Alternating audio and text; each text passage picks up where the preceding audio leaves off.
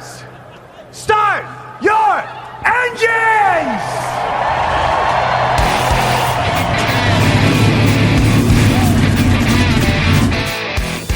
Hit the pace car! What for? Because you hit every other damn thing out there, I want you to be perfect. When I'm driving, I got a guy on the radio who talks to me. You can see him, but he talks to me. Well, I wanna be a race car driver. Pretty girls eating from my hand, yeah. Wanna live a life of fun and danger. No sweating working for the man, alright.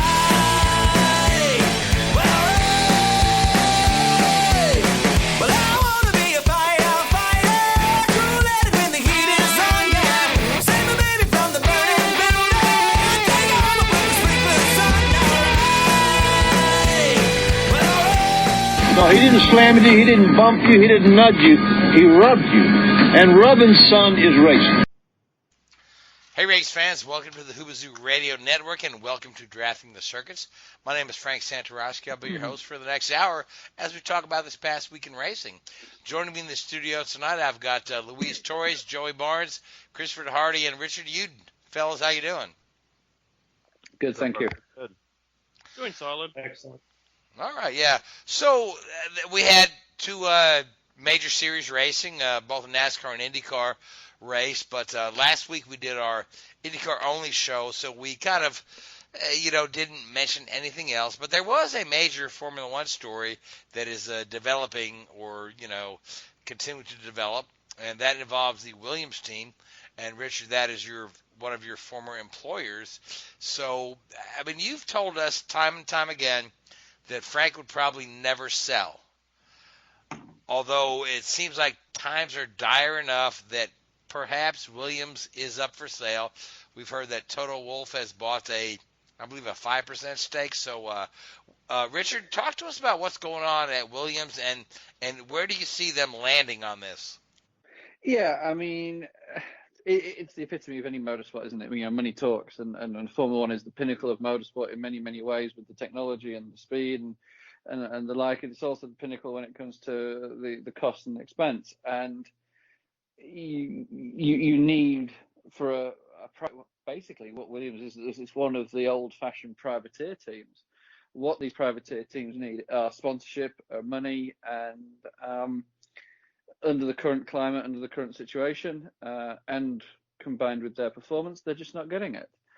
You look at the last 3 or 4 years, really, and their performance has been poor. I think they finished bottom of the World Championship the last 2 years. They've lost the money coming through from the Stroll family there.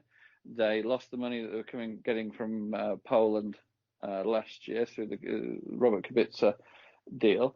And fundamentally they're struggling. They lost the Martini money that was there a couple years ago. They lost Martini, they've lost, and also there's the announcement they've lost the Rocket sponsorship. How apparently there was no breach of contract, it was just terminated. So whatever's going on there, nobody really knows. They have some loans apparently which they've restructured and has bought in. Let's say £28 million, which is $35 million, which they say is enough to get them through this season, which probably sounds about right, really. Once, considering all the development's been done, obviously, they probably will be doing very little development on their car.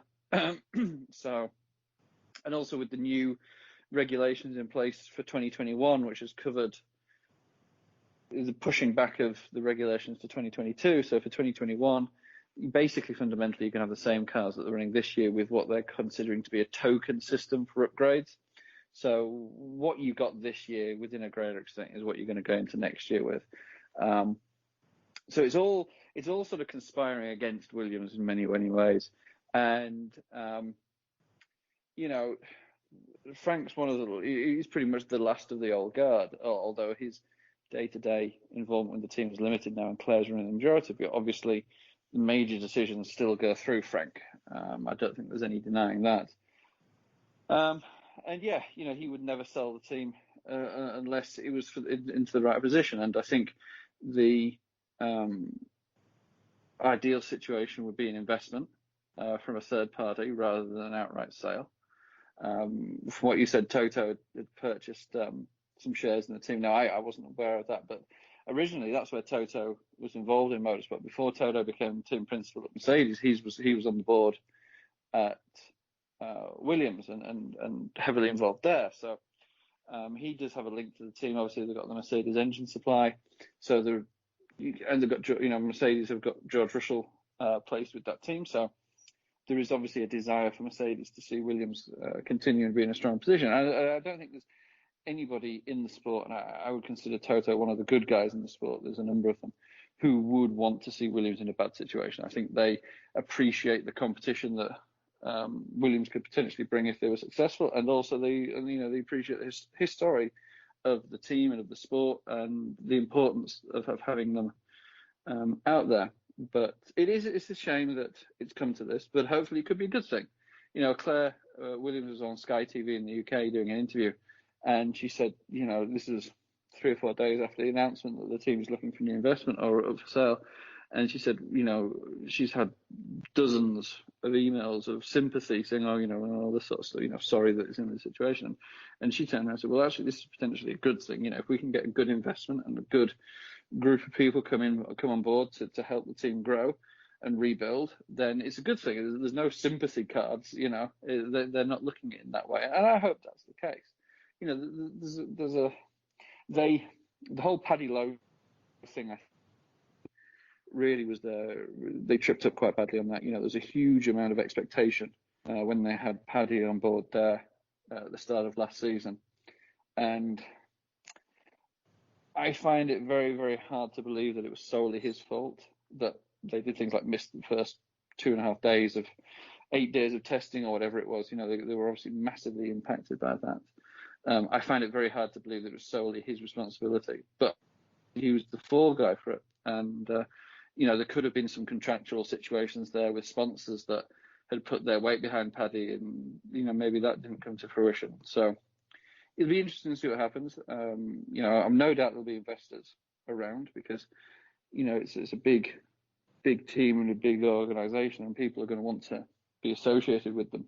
But I really do hope that somebody comes in and does the right thing for the team.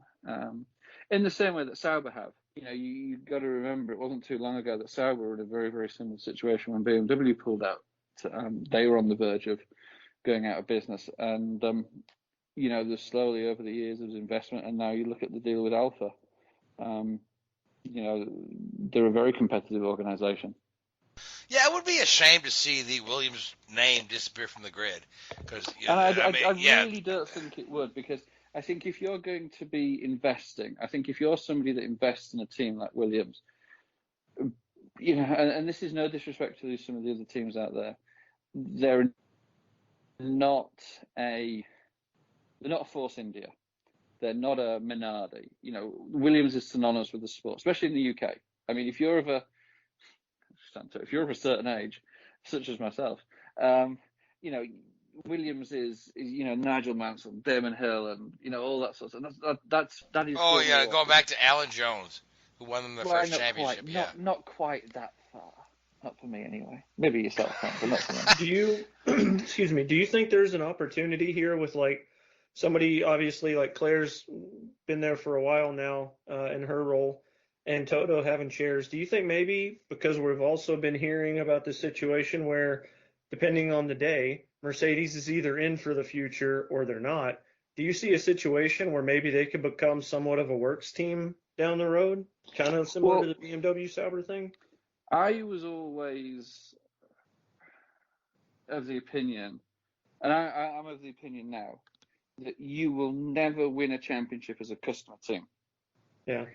And I mean, we saw when I was at Williams, that was when we had Valtteri and Felipe driving for us, and we were competitive, and that was partly because a lot of other teams weren't competitive. We were the best of a bad group behind Mercedes, really. But when we started to get close to Mercedes, there's some races out there. I remember Austria, we had first and second. We qualified 1-2 in Austria one year, and Monza we were competitive as well. Mercedes would turn around and not handicap us, but make it. We were having to run different spec components than they were, I think. Comment. But that's Mercedes, that's in their best interest, obviously. That's where I think McLaren will struggle. Now, I was very much of the opinion that, Williams, and they had the opportunity, should have gone down the Honda route when Honda invested in McLaren. They didn't, and they stuck with Mercedes. Now, obviously, in hindsight, it's probably a good thing because the hurt that McLaren went through for 3 years. Maybe that was the McLaren stroke Honda dynamic. I don't know. But you look at Red Bull, they've got through that hurt, and now they've jumped on board with Honda, and they're the Honda Works team pretty much. I very much think that if you want to be competitive, now obviously Williams, they're not going to look to win the championship in 2021 or 2022 or anything like that. Yeah. They're in survival mode. So yeah, if an opportunity does come along to work closer with an organisation like Mercedes, then they will do. Now I know for a fact that when I was there, we had an opportunity to, as Racing Point do at the moment, buy a lot more of intellectual property from Mercedes than we were. We could have bought transmissions, gearboxes, rear suspension, in the same way that Haas does from Ferrari and Torres or whatever they're called now, Alpha, whatever they are now. They do from Red Bull. They buy a lot more components, whereas Williams were at that point very much headstrong and said, no, we're going to build our own gearboxes, we're going to build our own suspension, and all this sort of thing. Now, maybe that wasn't a smart move. I don't know. But Frank's in racing to win, not to compete, not to get a entry, a competitor's medal and say, well done for turning up and giving a pat on the head. Frank's out there to win, and he will do everything that he can to win. And maybe at times that has been detrimental to the actual core survival of the team when the finances haven't enabled him to win. So it'll be interesting to see if you get a manufacturer backing. But if you want to be successful, you have to be a works team. So, and this is just, and I know we got to move on, so this is really the last question I had for you on this, is just for my own curiosity. Do you feel like this is partly because Racing Point is about to be the Aston Martin Works team next year, and that this is kind of just their hand being forced into figuring out a more better situation moving forward in Formula 1? It could well be. And also, basically, to put it bluntly, they've sold all the family silverware. Yeah. When I was there was 3 companies. There was Williams Grand Prix, there was Williams Advanced Engineering, and there was Williams Hybrid Power. But Williams Hybrid Power was sold to GKN. Williams Advanced Engineering has been sold off as a separate entity now. So there's basically nothing left in the pot for them to dig into and loan against as assets or whatever it may be. So they're scraping the barrel right now. And yes, you look at how Aston Martin have got involved with Racing Point and the like. And, I get the impression that one of the reasons, that there was no reason why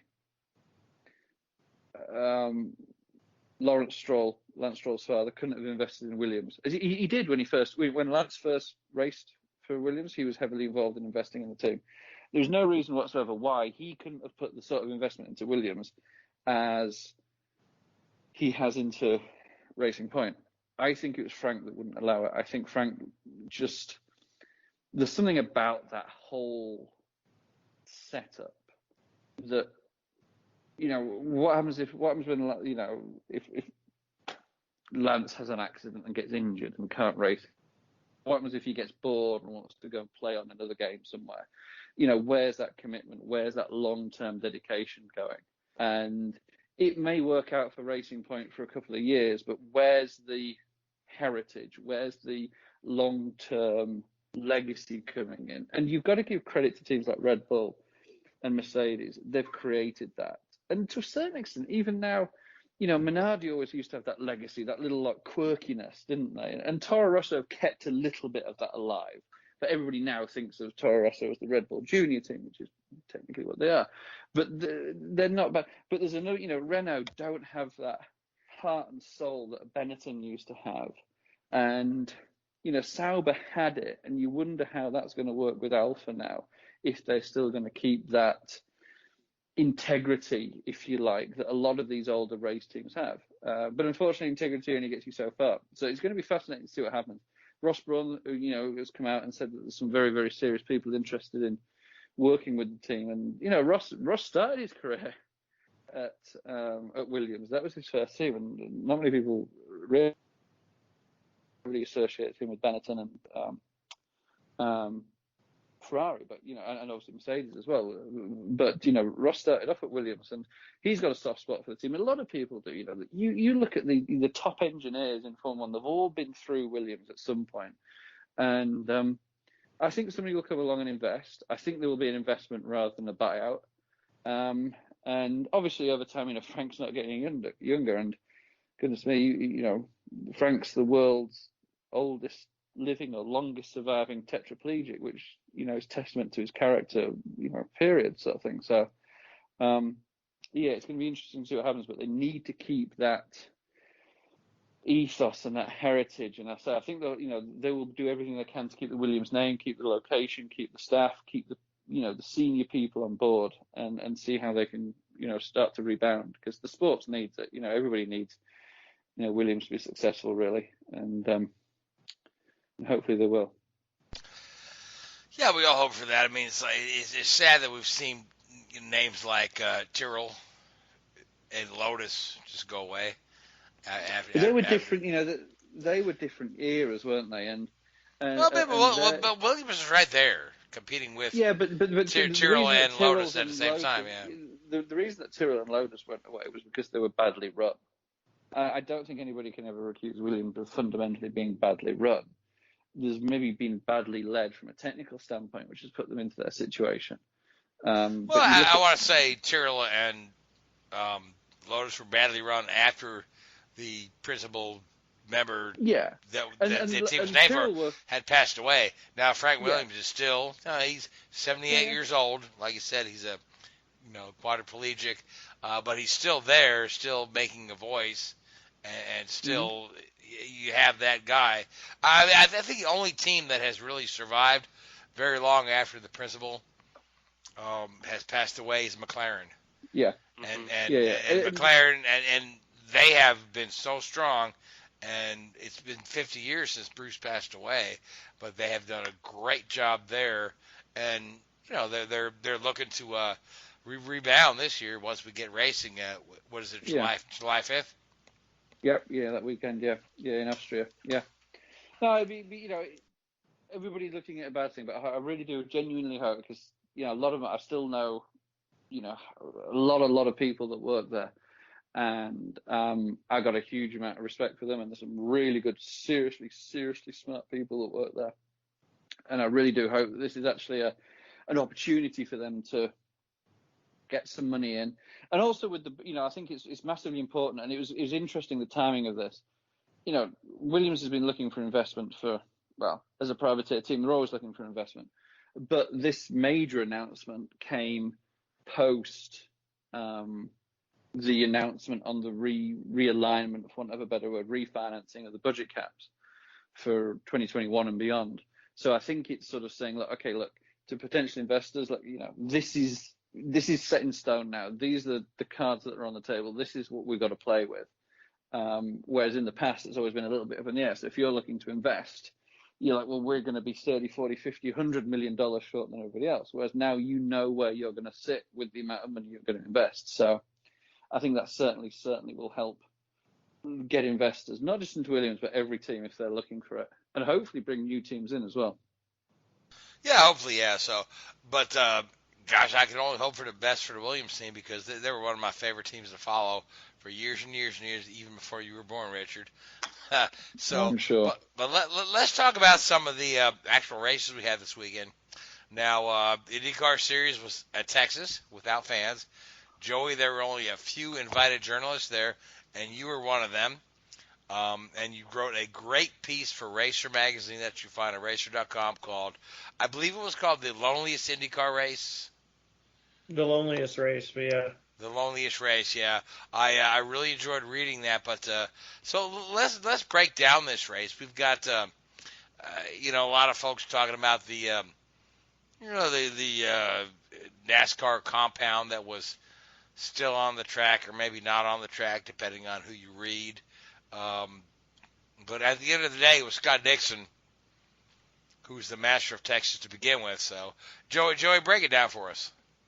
Yeah, I guess to start off on the compound thing, since you kind of alluded to it, I can tell you from what I was told from Eddie Gossage himself that the track was scrubbed clean of any compound. That's what the people that handled it, they instructed him that it was wiped clean. It was a darker shade than the inside line, so if you touched it, there may have been a dramatic temperature difference. Obviously, darker asphalt's going to hold more heat than lighter. So just we were pushing temperatures of 100 degrees, so the track temp was well over 130, and that was on pit road. I can't even imagine what it might have been in turns where this stained asphalt was, but. No, like you said, Scott Dixon went out there. Chris called it on last week's show that Scott Dixon would win, and I mean, him and Michael Cannon literally just showed up and showed out right from the get-go. They were strong in practice. They were strong in qualifying. Joseph Newgarden looked like he was going to have something for him after getting the pole, but honestly, he just didn't quite have the long-run speed it looked like, and as the race wore on, his car handling wasn't just quite on the same level.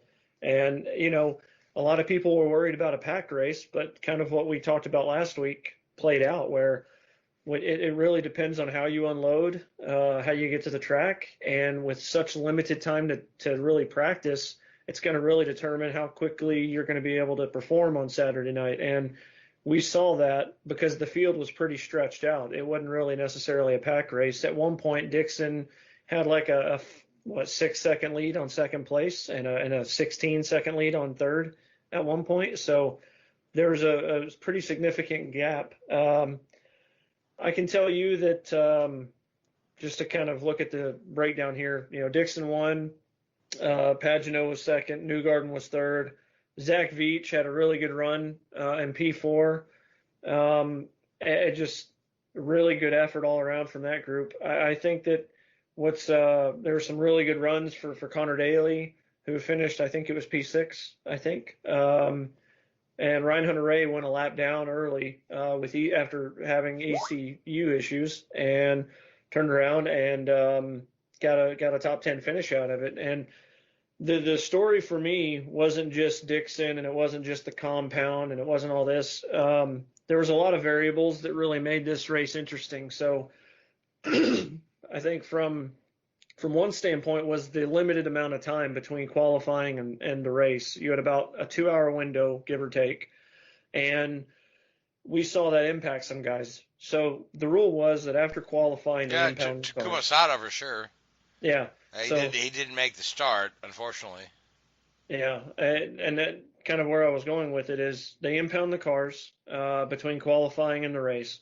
And so for certain guys, when they got on the line and got on the grid ready to start, they had ECU issues, electronic issues.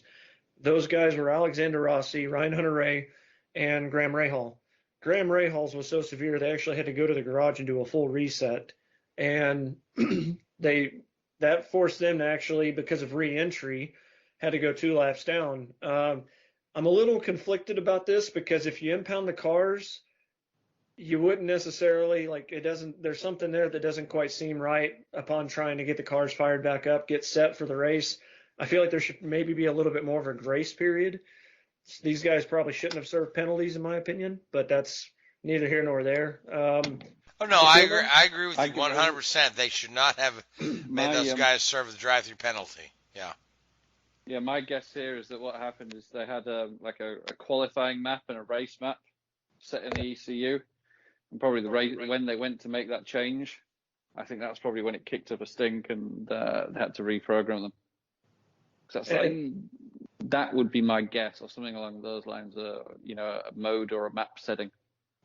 So is that something that you do right after qualifying, like whenever the cars are on pit road before they're impounded, or because otherwise your only other opportunity is as you're getting ready to go racing? Well, typically what you do, and why they have these different modes, is depending on the setup. So when you've got a short turnaround like this, probably what you do from an ECU standpoint is you'd load two multiple maps.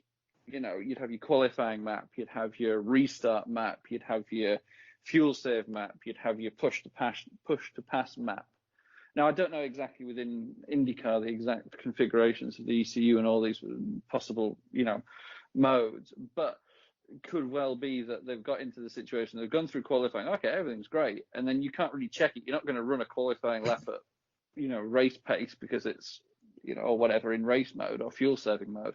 And they're probably gone, they'll have a mode for like the pre-race laps, the 3 or 4 laps pre-race. There'll be a mode for that probably. And it could be that there's some glitch in there and they haven't had a chance to check it and it's just kicked it out and spat it out and said, yep, no, don't like that. And of course, I think Honda have turned around, or one of the teams has turned around and said, yeah, this does happen every now and again. But because Honda and Chevy weren't allowed to send engineers to the track to support them, it took a lot to flash to use than it typically would if there was somebody there, with a little bit more experience of this. So it was interesting to watch, I must admit, from my sort of perspective and trying to work out what was going on. But yeah, it was a little bit unfortunate, and that sort of, soured it, having 3 pre-competitive guys taken out of the race so early. Yeah, and kind of to Frank's point earlier with Takuma. So for those that didn't get a chance to see, in qualifying, he was the 14th driver out of 24 to try to go and make his laps. He was starting his first lap, enters turn 1. He kind of entered turn 1. Actually, he didn't kind of. He entered turn 1 pretty high.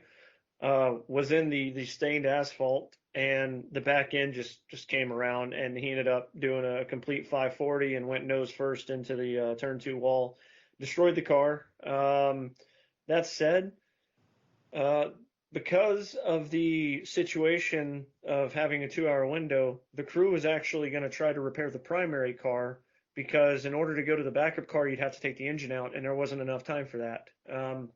So the team opted to try to fix the primary car, and unfortunately, they couldn't get that done in time. It was just too tight of a window, and so as such, Takuma Sato didn't start the race. It was kind of interesting because it's something you don't commonly see as a DNS in IndyCar, but this happened in this situation. Last year's pole sitter, so certainly you'd look for the speed to be there. Graham had a pretty good hot rod too, so you thought that maybe if they were going to have be some people that could upset the typical favorites, as it were, Takuma could certainly be one of those, and it certainly didn't play in his favor after that crash. Now, speaking of the typical favorites, we're used to seeing the AJ Foyt team languishing at the back of the field. However, on this particular day, we saw Charlie Kimball have a really good run. Tony Kanaan was having a really good run until he got a pit road speeding penalty. So, Louise, I'm going to throw it over to you. I mean, Charlie's day ended on a sour note where his last pit stop allowed him to lose some positions, and he ended up in the wall on the last lap. But Foyt team, it certainly seems like things are looking up for them. It looked pretty optimistic. It is definitely a darn shame that Kimball is ultimately pitted and also just ended up all for naught for crashing at the very end of the race. It's coming to the checker flag and all of that. But Kimball, from a vantage point from being at home, seems like he was one of the very few cars. He and Vish were one of the very few cars that could probably make long runs work for them. Because as the race went on with long green flag runs, even before they had to pit every 35 laps or so under green, they were on the move. They were very consistent.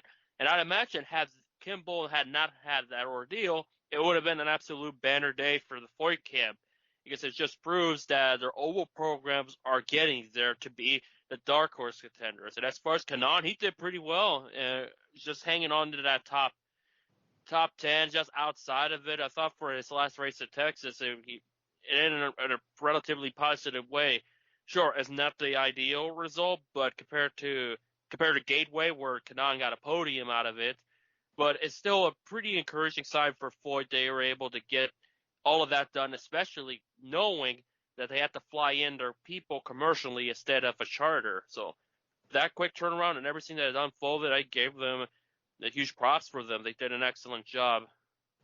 Yeah, it's just unfortunate that it ended that way for those guys. So now, Christopher, some of your thoughts on Texas. So, First of all, Foyt typically flies a lot of people commercial because when I was flying to St. Petersburg this year, I actually flew on the same flight as Charlie Kimball and several of the Foyt team guys. But Okay. one of the people that I was really pleased to see do well was Oliver Askew. Now, this was so him and Renus VK, this was their first IndyCar race. Renus did not do very well. You know, he had a spin in practice earlier, and he didn't even qualify, and he actually another spin in the race off of turn number 2. But Oliver, what was great for him was he didn't have a situation where he made a name for himself, like in a bad way. I mean, he ran a very quiet, unassuming race. Started I think like 18th, and he finished 9th.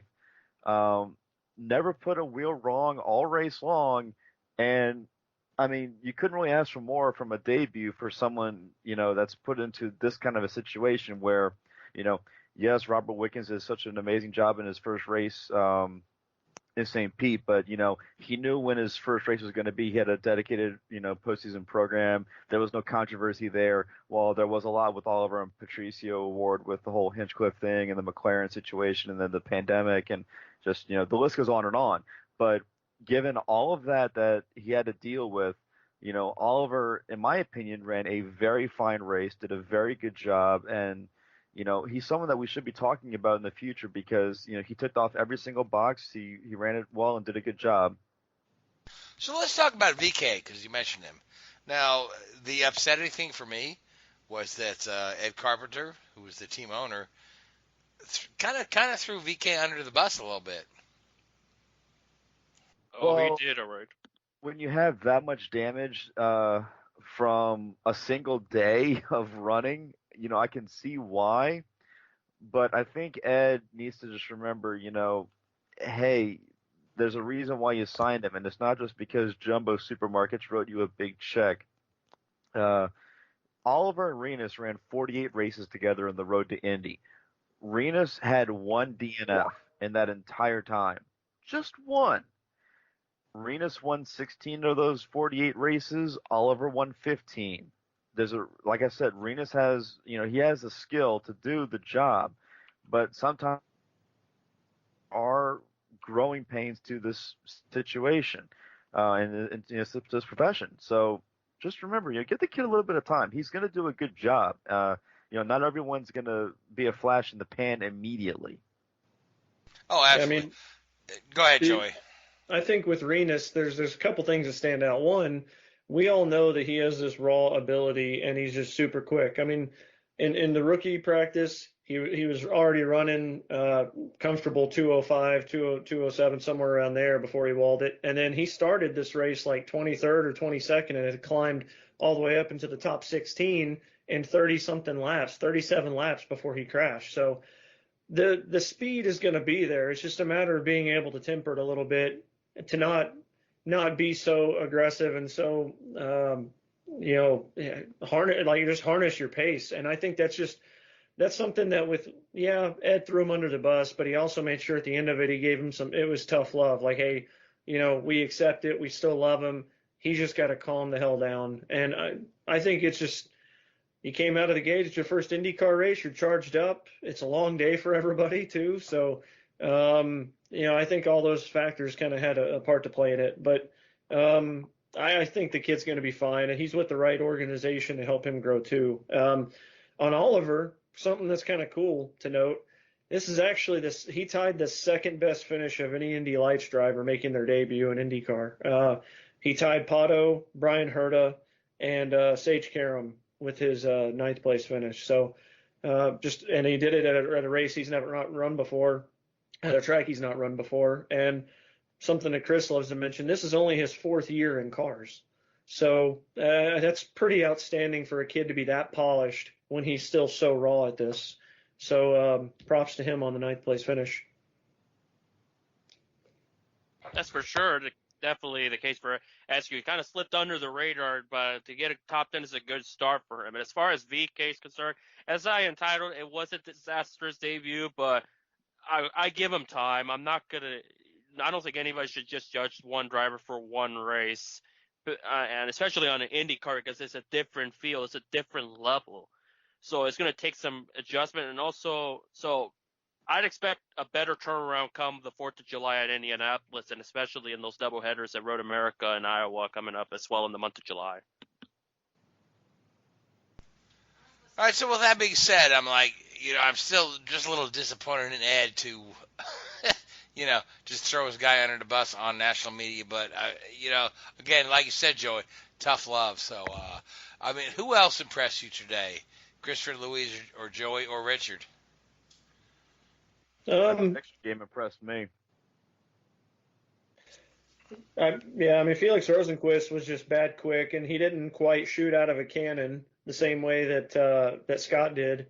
You look at Felix; he methodically climbed his way up to the front and put himself in position to win. And honestly, if he just didn't get a little too over eager by moving to the outside lane to try to get around Hinch, exiting 2, he probably challenges for that win, because that happened with 9 laps to go. I'm a little conflicted as far as why there was so much lap traffic without kind of getting out of the way, but I also know that was during a weird pit cycle too. So it's kind of hard to monitor or regulate that, if you will. But Felix was damn impressive. Also, if I'm honest, something that did quite a bit impress me, and it was desperately needed, was the fact that the TV viewership numbers were up significantly. Yeah, they moved this race to prime time NBC Saturday night under the lights, and it goes and does like a 1.285 million people tuned in on average, which was the highest non-Indy 500 race since 2016 at Detroit. So really good to see that. It tells you that people really hungered to have IndyCar back, and it also shows that maybe there should be some more IndyCar races put on prime time on NBC. Oh, certainly, yeah. The numbers don't lie. So we have this NBC Sports, and there's a lot of folks who can't figure out an NBC Gold, if you look at social media, but to throw it on your local network in place of whatever else is on NBC Saturday night, which isn't much, They usually show a rerun of SNL before the live show. But, it was really nice to see them big TV numbers. So, yeah, one thing I can tell you was what we saw today. I don't be surprised if we see, or not today, but what we saw Saturday still feels like today. Golly, it's been long. What we saw on Saturday, you could see that kind of play out quite frequently during the season as far as one-day shows. I think we're going to have that. They're calling them doubleheader weekends, but they're effectively going to run them like 2 one-day shows back-to-back, and that's the consecutive weekends in Road America and at Iowa in July. They're going to be run kind of like how it was in Texas. You unload, you practice, you qualify, you race, and you repeat that the next day. I think this could become a theme. I think it's something that, depending on how it's perceived by crews, and also dependent on a few other factors, sponsorship related, and obviously the promoters have a bigger hand in helping promote IndyCar, maybe more so than what people get on the NASCAR side, because that's more dictated by TV. This avenue, maybe not so much. So very interested to see if this happens a little bit more. Maybe it's something we see trickle into Gateway. Maybe it's something we see at a couple of other road course venues. If places like Laguna Seca happen later this year, that's going to be a one-day show. So very interested to see how often this becomes a regular thing this year. Yeah, but the thing you got to wonder about, though, is can these guys get a couple spare engines? Because we've seen this a couple times. If you remember, back in 2015 when we had Ed Carpenter crash, before Indy qualifying, where they had to, just try to get the engine moved over from the primary car to the backup. It got it done just in time, and we saw the same thing with Takuma, where they didn't have enough time to move the engine over, to the backup car. So, if these guys got a couple of extra spare engines to have a bolted and ready in that backup car, perhaps that will be, because what you're talking about is like, if you're going to do this format with the 1-day thing, and you got a situation like Takuma ran into in Texas where he couldn't even start the race. But if they had a couple spare engines, boom, you know what I mean? Yeah, I mean, and that's difficult, especially when you see that there's so many engine leases going out. And I think the other end of that is like that. Just to kind of spitball and thinking out loud here is the effects of that it has on a sponsorship deal. Like because you didn't start the race because that's not primetime TV that car didn't get a chance to be seen on. There's different factors like that honestly long term could hurt the team. Hell, it could hurt them in the short term. So at the same time, it's the same for everybody, right? I mean, that's kind of the running joke. Whenever you go ask drivers about this or that, the running joke is, well, it's the same for everybody. Well, it is. So it's really on them to make sure that they don't mess up, honestly. I mean, you could argue that that's really what's going to separate guys in some ways, and it's not a bad thing if that's what separates people, because when the series is this stacked, it could use with some different variables that help separate the field a little bit, I think. Yeah, but not separated to the point where a guy misses the race. I mean, that's just where I'm at with this, because we saw the same thing with Dixon not too many years ago, where they got all that gas and they brought in the IMSA crews to help get that engine changed, back in time for him to make the race. You do what you got to do. I mean, honestly, you probably should have. This is going to come across like a dick thing to say, but when you know that lane is that treacherous and all you got to do is hook the bottom and just put your foot in it, and if it's fast enough to be 20th or if it's fast enough to be first, it doesn't matter as long as it's clean enough to get into the race, because afterwards you got 200 laps that you can methodically work your way up. I mean, we saw guys like Hunter Ray go a lap down that got a top 10. So there was opportunity to move through this field. Even though people want to talk about a lack of passing or this or that, there was so much strategy involved, and there was still good passing. I mean, the move that Dixon put on Newgarden for the lead on lap 91 was ridiculous. And I just think that it wouldn't hurt to keep your head on your shoulders and be more methodical about it and just think about getting into the race first, and not thinking about pole per se. I don't know. That's just me. Yeah, well, I mean, at the end of the day, what's the saying about to finish first? You must first finish. Exactly. So, and in this case, you have to start the damn thing. So Christopher and Louise, do you guys have any other comments about Texas race before we move on and start talking about NASCAR Atlanta? Nothing else from me. Glad to see everyone made it out in one piece. No one got hurt, and that was really the number one concern I had. I second that. But who would have thought that something NASCAR will play a big role at an IndyCar race? Seems like it just does not go away, the NASCAR side of things. All right, well, speaking of the NASCAR side of things, NASCAR had a race in Atlanta. Kevin Harvick chalked up his 51st career win.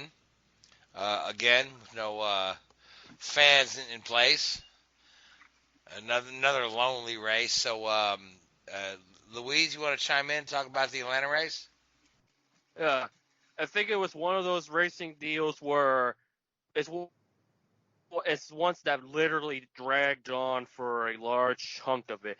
The benefit of going through that race is just listening through Kurt Busch and Clint Bowyer's radio throughout, because they said some pretty entertaining stuff, but also the same common theme that I've noticed from them, and also when it comes to Martin Truex Jr., who got his first top 5 this season. Their cars were very tight.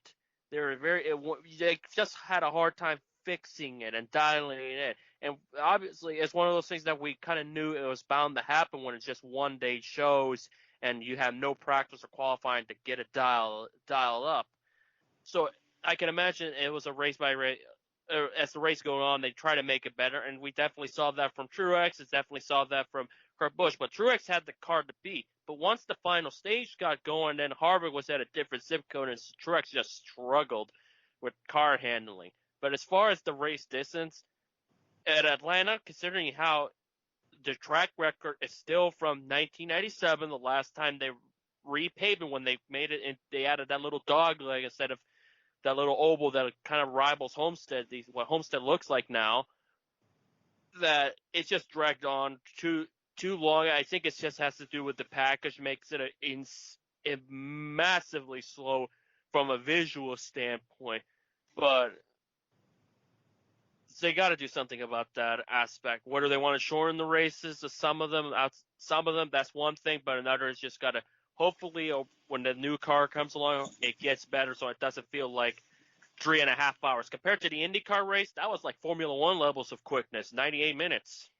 NASCAR was 3.5, but it felt literally 3.5 hours compared to some races that may look like 3.5 hours, but it felt like 2.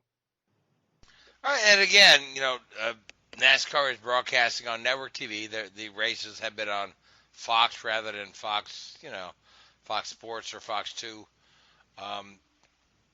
Have their TV ratings been any better? They've been doing pretty good. It's just this time around Atlanta, it went down quite a bit because remember, Atlanta last year was the second race of the year, so obviously you have the aftermath of the 500, so the numbers are typically higher than the rest of the season. So considering this race was in June, and I imagine if it was still in March, it would probably drop quite a bit from I think 5 million in February to down to 2 to 3. I can't pinpoint it. But all I know is IndyCar and the Xfinity race were one of the top rated stuff of that day or the weekend. I can't pinpoint that, but it was down quite significantly. Probably a lot to do with the fact that it's at a later point in the season instead of just the week after the 500 like it's been the last couple years. Well, I mean, the later part of the season, and the season kind of just began after being stalled. So, now, Richard? Yeah. You've worked in NASCAR some, so tell us about this Atlanta race, man. What were your thoughts? Atlanta's, it's one of those great tracks, isn't it? Because, the tyre drop-off is incredible. It's about 2.5 seconds between a new tyre and an old tyre on there. So whenever you were doing, there was never a strategy call around Atlanta. It's like, yeah, tyres. And that's, and even there was 2 laps to go, tyres, because there was such a huge advantage. And the only race, actually, the race that I thought was the most interesting from that standpoint was the Xfinity race, because obviously they're far more limited on sets of tyres that are available to them. That they actually have to make a call. In the Cup Series, they just keep throwing on tyres. I mean, you'd have to get through, how many is it? 12 sets of tyres they get for a race? I can't remember now, but it's that Xfinity gets 4 sets or 5 sets. Basically, the way it worked out as rule of thumb is in Xfinity you have a set for the first 2, and then 2 sets for the second stage. Oh, sorry, the third stage, because that's typically the longest stage, and you'd have to make a stop during there.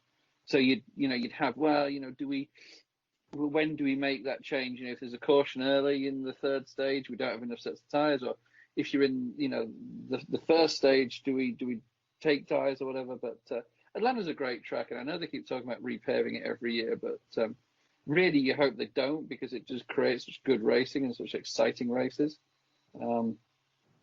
But yeah, it's all about time management. And one of the interesting things actually was listening to some of the commentary, especially during the Xfinity race when they had Jamie McMurray and Clint Boyer on there. They were saying that Atlanta's one of these tracks where, your crew chief comes on the radio and says, hey, you save tyres, save fuel. So, you lift and coast into the corner. So, and typically a lift and coast in a Cup car is like, I don't know, 300 feet before turn you'd lift off.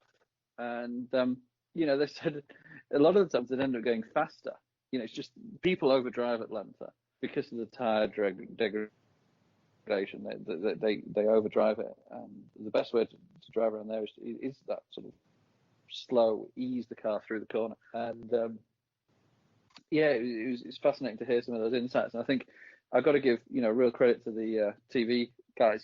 Getting the drivers on board to do the commentary for the Xfinity race is fantastic. It not that Jeff Gordon isn't good and the like during the actual broadcast, but to hear 2 current, or Joe Murray's pretty current, isn't he, really? I mean, I guess, to hear 2 drivers with a lot of experience with the current regulation cars talking about not just commenting on the race, but how they drive the car, how, they react in certain situations. I think it's fascinating to listen to. So, just kind of curious, like, what do we attribute to? It's kind of a unique thing, right? Like, I look at this race for Atlanta, and I didn't keep up with it quite to the same level, but looking at how the final stage kind of leveled out, the fact that you got a guy like Harvick who literally was just yarding the field at the end of that thing, and like the Gibbs duo, you could argue the Gibbs trio, since all three finished in the top five, or three of the four drivers finished in top five. I mean, what do you attribute the fact that, like, on a situation where it's a mile and a half, usually, like, you look at Charlotte, the racing sucked, and you look, I'm not going to sugarcoat it, and then you look at how it was in Atlanta, and not only was the racing better, but it was better even with a guy that was just yarding the field. I mean, what do you attribute that kind of dominance to? Well, you take Charlotte, for example, and pretty much the cars are on rails around there. You've got relatively high grip. You can just put your foot on, put your foot down on mid-corner exit, and the car's going to hold. The downforce the car generates is going to hold itself onto it. You can just drive the thing, and you just go in late on the brakes, and you're going to turn, and the car's going to react. Atlanta's not like that, and that's where the comment comes from. Being aggressive on the brakes maybe isn't the most effective way. Lifting and coasting into the corner is actually the quickest way around there. And it's because you've got these extra variables, I think, of the track condition. And Darlington's a similar racetrack. Darlington's a very sandy racetrack, and you get a lot of abrasive tyre wear. And I know that NASCAR are trying to do something similar this weekend, tomorrow, as it were, when we're recording on Tuesday. Tomorrow for Martinsville on the Wednesday night, they're looking to, run a softer tyre, which I'm sure will increase tyre wear and reduce the stage length or the stints on the tyres. And 90% of the time, when you want to see a good race, whether it's IndyCar, whether it's Formula One, whether it's NASCAR, whether it's tractor racing or whatever you want to watch, the good races are on tyre limited tracks. And when I say tyre limited, you've got two variables typically that will cause you to pit. You're either going to run out of fuel or you're going to run out of tyre. And fuel limited tracks, like I put Charlotte in that section there, are pretty mundane because you can hammer the tyres. You can lean on what they call lean on the tyre, push it as hard as you can, and you're just waiting to run out of fuel. And as soon as you get low on fuel, you pit, put a new set of tyres on and keep doing the same thing. On a tyre limited track, you don't know when the tyre is going to drop off. You don't know when that. You'll hear them describe the cliff. If your fuel run laps, is your cliff at 40 laps on the tyres, 45, 50? You don't know. And it's all about tyre management. And that's where you get the exciting racing. Unfortunately, Formula One's gone down the route now where they've removed this option, and basically Formula One's become a tyre management strategy because you don't refuel. I think you've got to have refueling in there to add that extra dynamic. But tyre limited tracks are typically what produce the best racing on a mile and a half in oval racing. Yeah, no doubt that Atlanta was a lot better than Charlotte. Just compared to other ones, I don't know. It has to do with how my mood was, or it's just in general how I kind of dragged on. But sure, and at the ending part, that's when we saw more movements going on. I know Kurt worked his way from just outside the top 10 to finishing in the top 10 after the kind of day he had where he had to start at the rear, had to serve a drive-through because he failed pre-race inspection 3 times. So there were, as the tires fell off, that's when we saw a lot more moves and track positions gained or lost. Yeah. I mean, what you also got to remember in Cup racing as well is that one of the problems with the races being so long is you saw it a little bit in Texas, admittedly, but typically in a Cup race, the races are so long, the track conditions on lap 1 are night and day from lap 300 or whatever it is when you finish the race. You're dealing with temperature changes, and especially if you have like a race that starts in the daytime and finishes at night, which we'll see tomorrow in Martinsville. So where and in the Cup cars, there's the setup of the car. There's so little room for maneuver, but yet there's such a huge variance in performance. So you've got a very, very small window to set your car up in. So do you go down that route of saying, well, I want to make my car good at the start of the race, and then I'm going to make changes to the car and hope they work as we go through the race? Or do you turn around with the mentality and say, like, hey, you know what? Let's just take the pain in the first 2 stages, and then we know we're going to have a quick car at the end of the race, and we're just going to tweak on the car a little bit, throughout the race. Because you'll see them, a few years ago when they had the driver adjustable track bar, which I thought was a great thing. The driver could actually manage it throughout the stint. Whereas now he can't make any changes to the setup of the car, really. The only thing he can change is brake bias, and that has minimal effect on a lot of these mile and a half because you're not really using the brake. But now it's all down to, set segments basically of setup. You'll throw some wedge at it, you'll throw the track bar at it, you can even pull a spring rubber or put spring rubber in or whatever it may be. Your changes that you make are, a lot of the times you don't really know how it's going to react. So that's why you'll see cars come strong at the end of a race, or some cars fall off at the end of a race, or you'll have a car that's set up good for a short run but bad for a long run. I mean, that's what won Joey Logano the championship a few years ago down in Homestead, if you remember. His car was great on those 10, 15 lap runs, whereas I think Truex's car was great on the 30 lap runs.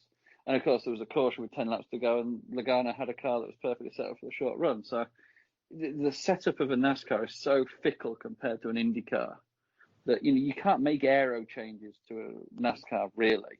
Your aero package, it has to fit within the template, and if it fits within the template, it fits within the template. You can't adjust splitter angle and spoiler angle and stuff like that.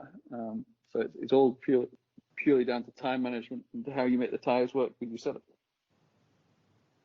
Right. So on a side note, do we know when the next NASCAR race will be that fans are allowed to attend?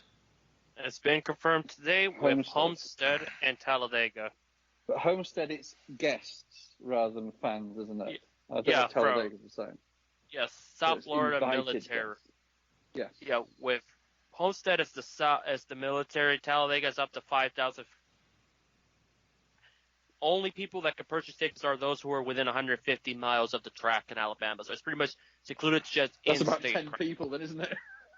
Right, so that's the race on June 14th, right? The Dixie Vodka 400. Then we got Talladega on June 21st. Correct. And what are we talking? Just Cup. Because Talladega has said no crowds allowed for the ARCA and Xfinity race. All right, then we're to Pocono. Any word on Pocono? No, Pocono, no fans crowd. Pocono.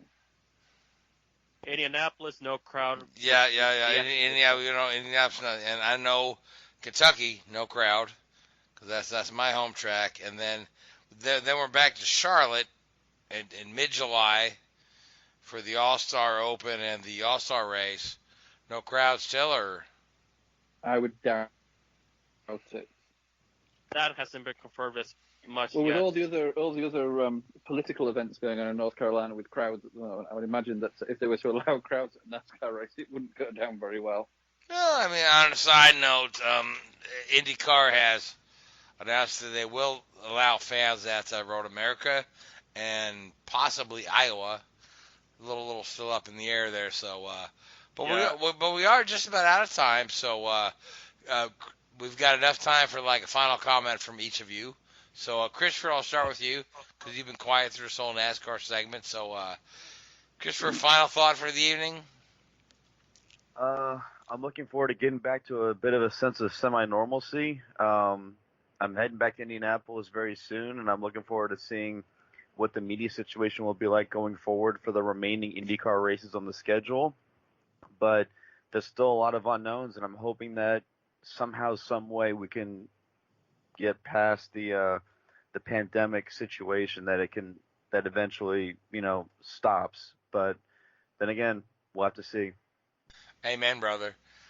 Joey, final thought? Honestly, just kind of still in awe over getting a chance to cover the season opener, which sounds so weird to say in June, at Texas this past weekend. It was an awesome experience. Certainly one I'll remember for hopefully the rest of my life, pending bad things. But I mean, Frank's old, and Frank forgets a few things. So I had a grandma. Frank's old. So runs in the family. So yeah, just grateful I had a chance to do that, and hopefully everybody thought I did a pretty good job, and I held the torch for everybody for a little while. We got back to the track. Joey, I'm going to be the first to tell you, you did a fine job. I was so proud of you. I was so proud of you this weekend. Because you and I have known one another for, 6-8 years now? When you were just, trying to... Well, we'll say 7 because Frank, it seems like... remember, so it must be getting there. Oh, God. Joey, I was trying to give you some props here. Don't mind it. But Joey, I was very proud of you because you had a big day. You had a lot put on your shoulders that day, and you performed admirably, and I enjoyed everything you wrote. I've been working out, so I got some broad shoulders now, and that way we can carry a little bit more, maybe. I don't know. I'm just talking out of my ass, but I appreciate the kind words, sir. I'm terrible at taking compliments. I'm sorry. Okay, so I'll stop complimenting you. Now, Richard, I'll give you a compliment and tell you you're my favorite person in the world. Richard, your final thought for the evening? Your wife Frank's appreciates married that. too. Hey, no, she'd be like, boy. you can have him. Just take him. Yeah, that's good with me. Oh boy. Yeah, no, it's actually good to have 2 races, or 2 major series racing in a weekend, as you say, getting back to a little bit of normality. But, I still have a sense of caution with the whole concept of people going back to these races. And, we've had this thing in North Carolina recently. I don't know if it's got much national media attention, where a short track hosted a race on Saturday night with 4,000 people in attendance, and they classed it as a political protest rather than a race. To say the least, the state have shut that down for the next few weeks. So just be patient, be careful out there. It's not worth the risk. If you feel there's any risk of going to any of these events and races, then just be sensible. We've got a long way to go still. I've got some very good friends who are nurses in New York, and listening to some of their stories is pretty horrific. So as much as we want to get back out there and enjoy it, just, be patient, everybody. We'll get there. All right. Louise, final comment from you, sir?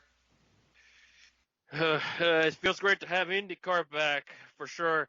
I definitely needed multiple coverages to come back so I could get back to some sense of normalcy as well. Hopefully come Road America, I get back to real normalcy and start doing content, fingers crossed on that, because I feel like IndyCar might be more open than NASCAR is concerned from in the smaller outlets and the independents at this rate. All right. My final comment is that I enjoyed talking with each of you gentlemen tonight. I want to thank you, Joey, Richard, Christopher, and Louise. You guys are awesome. I want to thank Who's the Radio Network, and I want to thank Spreaker and Google Podcasts, all the people that host us, and you folks that listen to us. I want to thank you too. Until next week, good night. WHOOBAZOO, that's whoism.com. Enter website, enter website, enter website, enter website.